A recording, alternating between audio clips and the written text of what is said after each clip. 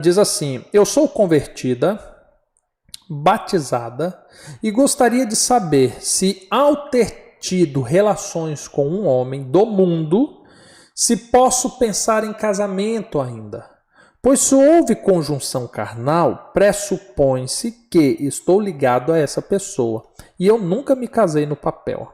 Ótimo. Família, eu acho fantástico quando eu vejo perguntas que eu sinto sinceridade, sabe? E não talvez a pessoa querendo defender um ponto, ou tentando me ludibriar com as palavras para me induzir a falar o que ela quer ouvir.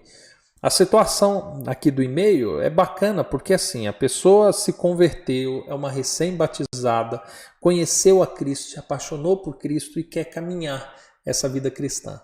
De repente a dúvida dela é, poxa, se houve uma conjunção carnal, se eu tive relações sexuais com um homem do mundo, mas não morei com ele, não casei com ele nem nada, então agora eu não posso sequer me casar?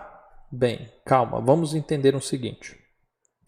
Quando você vai ler Deuteronômio capítulo 22, deixa eu só me ajeitar aqui, família, eu estava caindo da cadeira.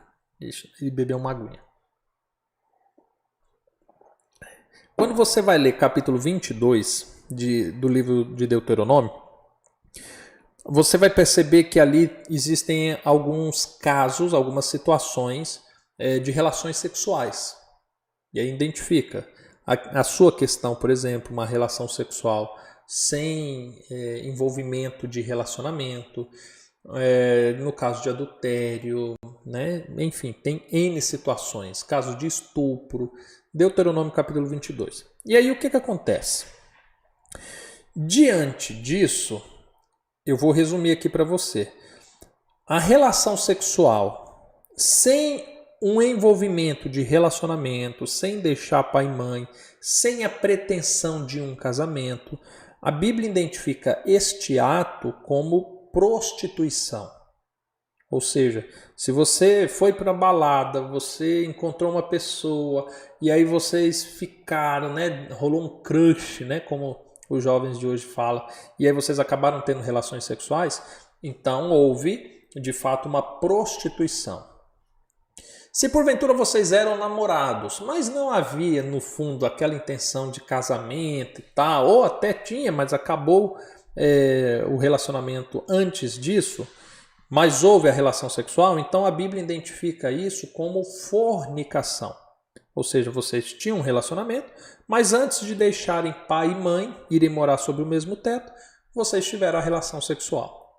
Ou seja, agora a Bíblia diz o seguinte: se porventura vocês fossem cristãos, se porventura este ato sexual fosse descoberto pela sua família, pela família dele, a Bíblia diz que em caso de fornicação, deveria-se então se forçar um casamento. Porque a Bíblia considera que o homem com quem você teve relação sexual envergonhou a sua família ao ter acesso à sua intimidade, à tua pureza. Então agora ele deveria assumir isso e casar-se com você. É o que nós temos de instrução em Deuteronômio 22.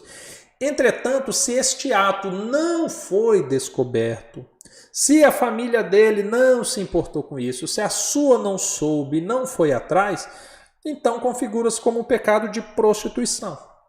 O relacionamento acabou, ficou apenas pelo sexo mesmo, não enveredaram para se estabelecer um casamento, então ficou-se um pecado para trás.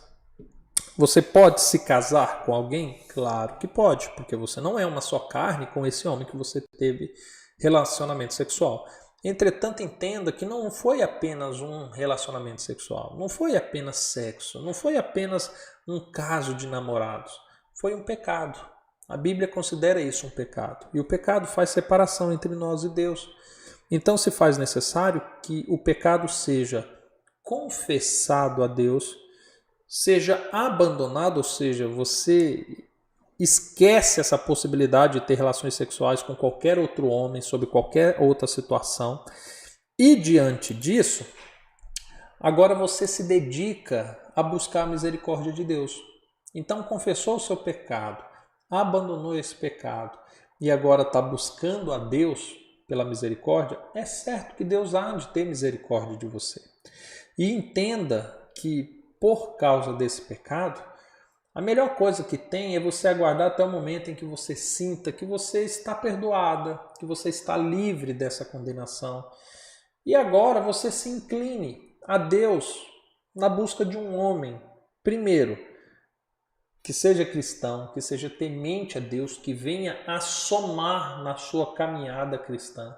Segundo, peça a Deus um homem que, ao você confessar essa história, esse passado seu, porque sim, é necessário, que seja alguém que compreenda, que perdoe você também.